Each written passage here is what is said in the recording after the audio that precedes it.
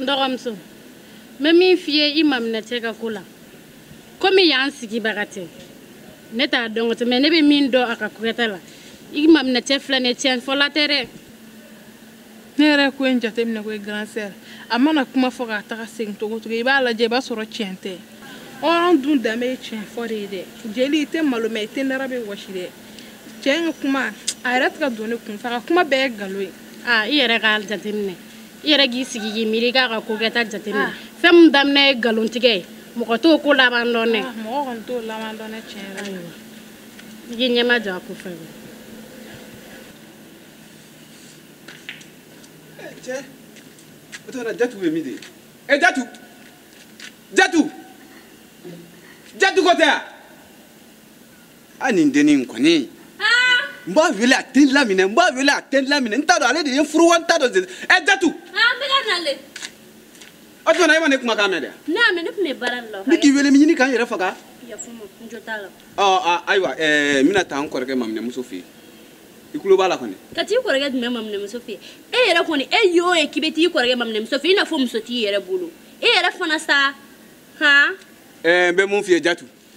Nkoreke ali mamne musoy o ene musodi. Yana kana ne kumbitai. Analetina ne bali ka fo ko ne tetai. Bitai absa ke ba soro yere. O be ka jaye ga temi ko rega. O mawo sani e ko rega musofuru. O ma e metai na jire don ro ifana sa ko ge yere ga sabalisa.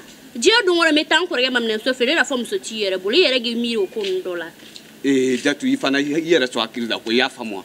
Ya yere so akilda nim ko te dusubo ko esa. Kani dusubo. Debe dusubo. Dusubo ko te ya fam. Vita endorande ko mi korale ne ko vita ya famwa. Wallahi jatu. Ibare blene. Jatu invita kana ya famwa. Invita kana kana dimi ya fam. Ha? E ga taka sa ta. Wala jatu. Ta e be taka na ni sore ta. Invita kana ni sora. Basite. Ntara. Ni yere kologole. Iyo ekibeti ko rega mamna msole. Iyo ekibeti ko rega mamna msole na fo musote era bulu.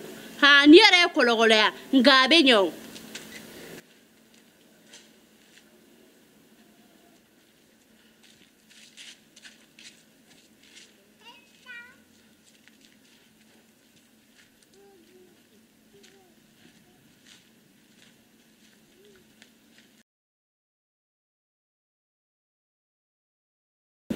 Ça va? Bonsoir. Okay. Ça va bien? Pour passer. Voilà.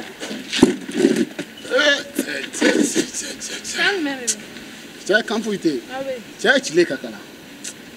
Tiens, Mali a dit nana Mali kuna, tiens, pintene fait une paix.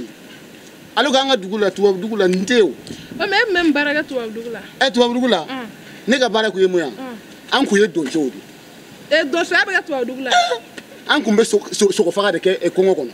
Yoro tu abdula kwa kongo kono kabu malfa ko mbambulo am do ka so faga dona la ne wula kometa so faga la wasro malfa kise kele ne kumbe kise kele kometa sama faga la mangarani mara itemane nyakora che ngoni kese wulu mangarani na asie ne so asie kata bo akulefe wallahi obsaga to ko di mo kise dona se na fa akulo ai imena mo bi ga galon tika ko kuma fa ya no bire ndarala kise bsika chi mangala ni se na ka bo kulo fe to ko di ana bebe ba fa ka fo ko ne galon ne tike ya al ni mo fo ko ni abu so ngakoyi kise bsika bo mangala ni se fe to ko di kana bo akulo fe sa ala ni kona fasuga manesa al bisansa ne koromso para ka fo ne nyana ke ale ka ko jate ne ke galon alors ma bo la sa o bien ni ouais bébé ha ni yere ko le bébé ça va bébé yere ko ni yewo ele be mangana mu mangana be